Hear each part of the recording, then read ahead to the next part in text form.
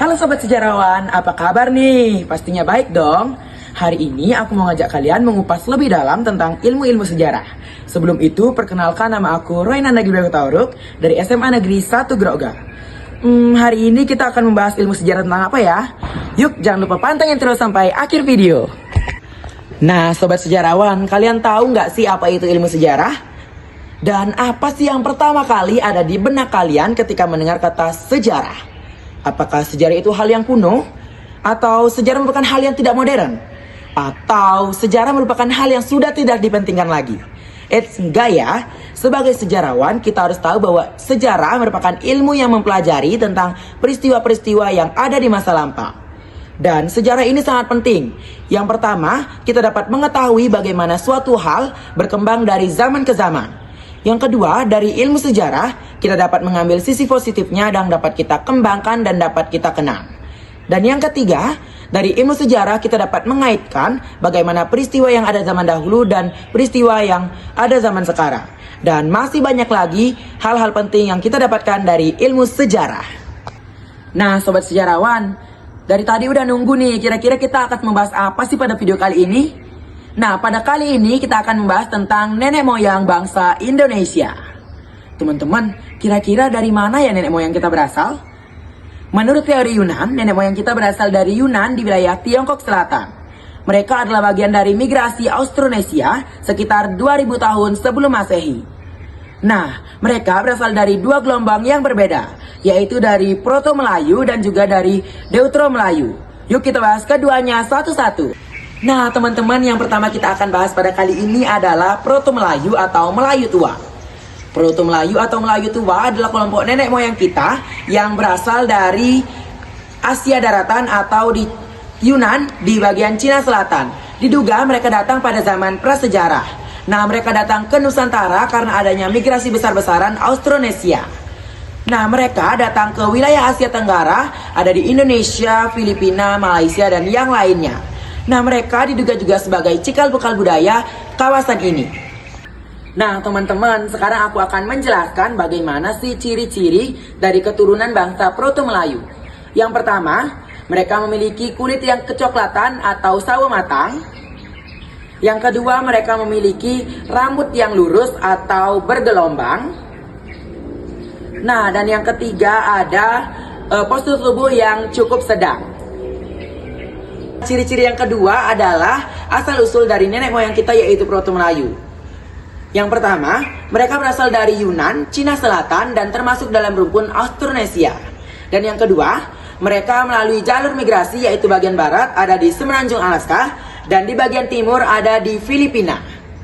Ciri yang ketiga ada kehidupan sosial dari bangsa Proto-Melayu. Yang pertama, mereka hidup di pedalaman atau pegunungan, dan mereka juga hidup dengan semi-nomaden atau dengan pola bercocok tanam, menangkap ikan, dan berburu. Ciri-ciri yang keempat adalah pengetahuan teknologi. Yang pertama ada pengetahuan teknologi bebatuan, di mana ada kapak lonjong dan kapak persegi. Nah, dan yang kedua adalah menerapkan sistem bercocok tanam secara sederhana, terutama umbi-umbian. Ciri-ciri yang kelima ada kepercayaan. Kepercayaan yang dianut oleh nenek moyang kita ini ada animisme dan dinamisme, dan juga mempercayai tradisi megalitik, yaitu membangun seperti menhir dan dolmen. Nah, teman-teman, kita sudah sampai nih di penjelasan terakhir mengenai bangsa Proto-Melayu. Ciri-ciri terakhir atau yang keenam dari bangsa Proto-Melayu adalah bahasa. Bahasa yang digunakan adalah bahasa-bahasa purba yang menjadi cikal bakal Austronesia. Nah, teman-teman, tahu nggak sih apa aja peninggalan dari bangsa Proto-Melayu yang ada di Nusantara ini? Yang pertama ada kapak persegi, kapak lonjong, menhir, dolmen, dan masih banyak lagi peninggalan dari bangsa Proto-Melayu yang ada di Nusantara ini. Nah, teman-teman, sekarang kita akan membahas tentang kelompok kedua, yaitu Deutero-Melayu. Deutero-Melayu atau Melayu Muda adalah kelompok kedua yang datang ke Nusantara setelah Proto-Melayu. Diduga Deutero-Melayu ini membawakan kemajuan yang lebih besar daripada bangsa Proto-Melayu yang mendahulunya. Dan diduga Deutero-Melayu ini juga menjadi banyak nenek moyang dari bangsa-bangsa besar yang ada di Indonesia. Nah, teman-teman, sekarang aku akan menjelaskan ciri-ciri dari bangsa Deutero-Melayu. Ciri yang pertama ada ciri fisik. Yang pertama ada kulit sawo matang, rambut yang lurus, dan postur tubuh yang lebih tegap dan tinggi dibandingkan bangsa Proto Melayu. Teman-teman, sekarang aku akan menjelaskan ciri yang kedua, yaitu waktu kedatangan. Nah, diperkirakan Deuteron Melayu ini datang 500 tahun sebelum Masehi. Ketiga, ada asal-usul dari bangsa Deuteron Melayu ini. Deuteron Melayu ini berasal dari asal yang sama dengan Proto Melayu, yaitu di Yunan, Cina bagian selatan, dan melalui jalur yang sama juga dengan bangsa Proto Melayu. Ciri yang keempat ada kehidupan sosial. Kehidupan sosial dari bangsa Deuteron Melayu adalah hidup menetap dan mengembangkan ilmu bercocok tanam yang lebih kompleks, dan juga mereka mengembangkan kemajuan ilmu teknologi yang lebih maju seperti irigasi sawah dan pengolahan logam. Ciri yang kelima ada kepercayaan. Yang pertama, mereka menganut animisme dan dinamisme, namun kegiatan spiritualisme lebih terorganisasi. Dan mereka juga menjalankan tradisi yang lebih ke leluhur dan ke pertanian. Yang keenam adalah bahasa, menggunakan bahasa Austronesia yang lebih berkembang dan menjadi dasar bahasa Melayu dan bahasa lokal lainnya. Teman, kita sudah sampai nih di materi terakhir dari ciri-ciri bangsa Deuteron Melayu. Ciri-ciri terakhir yaitu suku-suku turunan dari bangsa Deuteron Melayu. Di antaranya ada Melayu, Jawa, Minangkabau, Bugis, dan yang lainnya. Nah, teman-teman, sekarang aku akan menyampaikan perbedaan dari bangsa Proto Melayu dan bangsa Deuteron Melayu. Nah, perbedaannya yang dapat kita simpulkan dari yang tadi saya sampaikan, yaitu Proto Melayu datang lebih awal dari bangsa Deuteron Melayu, dan bangsa Deuteron Melayu membawakan kemajuan yang lebih besar dari bangsa Proto Melayu. Yang awalnya pada bangsa Proto Melayu, nenek moyang kita hanya mengembangkan bercocok tanaman pada umbi-umbian saja, namun pada bangsa Deuteron Melayu kita sudah mengembangkan bercocok tanaman pada padi-padian, dan juga ada irigasi persawahan dan pengelolaan bahan logam. Oke teman-teman, sekarang kita akan membahas ke materi berikutnya adalah persebaran nenek moyang bangsa Indonesia.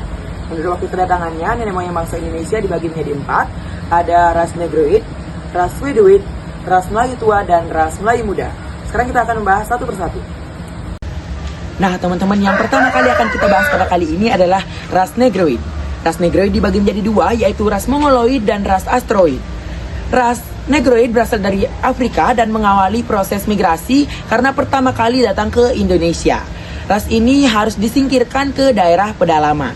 Ras ini banyak ditemukan di Papua, dan juga di Riau ada di suku Sakai, dan di Papua di suku Melanesoid yang tinggal di Pulau Papua dan Pulau Melanesia. Suku ini memiliki ciri-ciri tubuh yang tinggi, kulit yang hitam, dan rambut yang keriting. Teman-teman, seperti yang aku katakan tadi, bahwa ras Negroid dibagi menjadi 2, yaitu ras Mongoloid dan juga ras Astroid. Sekarang aku akan membahas ras Mongoloid. Ras Mongoloid berasal dari Asia Tengah, bagian Mongolia, dan ras ini datang pada zaman es ke Indonesia bagian barat, ada di Jawa Tengah, Kalimantan, dan juga di Sumatera. Ras Mongoloid ini datang melalui jalur ras Mongolia dan datang ke Asia Tenggara, ada di Laos, Vietnam, Malaysia, Thailand, dan Singapura, lalu masuk ke Indonesia bagian barat. Nah, ras ini juga melalui jalur barat karena pada saat itu bagian barat dari Indonesia masih menyatu dengan Asia Tenggara.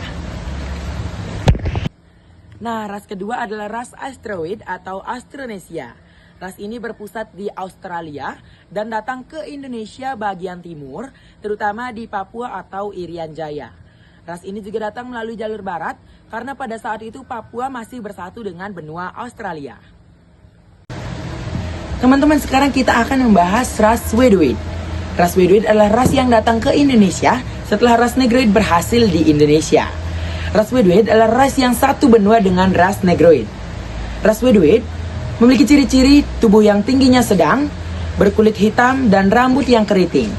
Ras Wedoid mendiami daerah Maluku dan Nusa Tenggara Timur, yaitu di Kupang. Ras berikutnya adalah ras Melayu tua dan ras Melayu muda. Saya tidak akan menjelaskan dua ras ini karena penjelasannya sama dengan materi Proto Melayu dan Deuteron Melayu sebelumnya. Teman-teman bisa menyimak materi sebelumnya yang saya sampaikan pada video ini.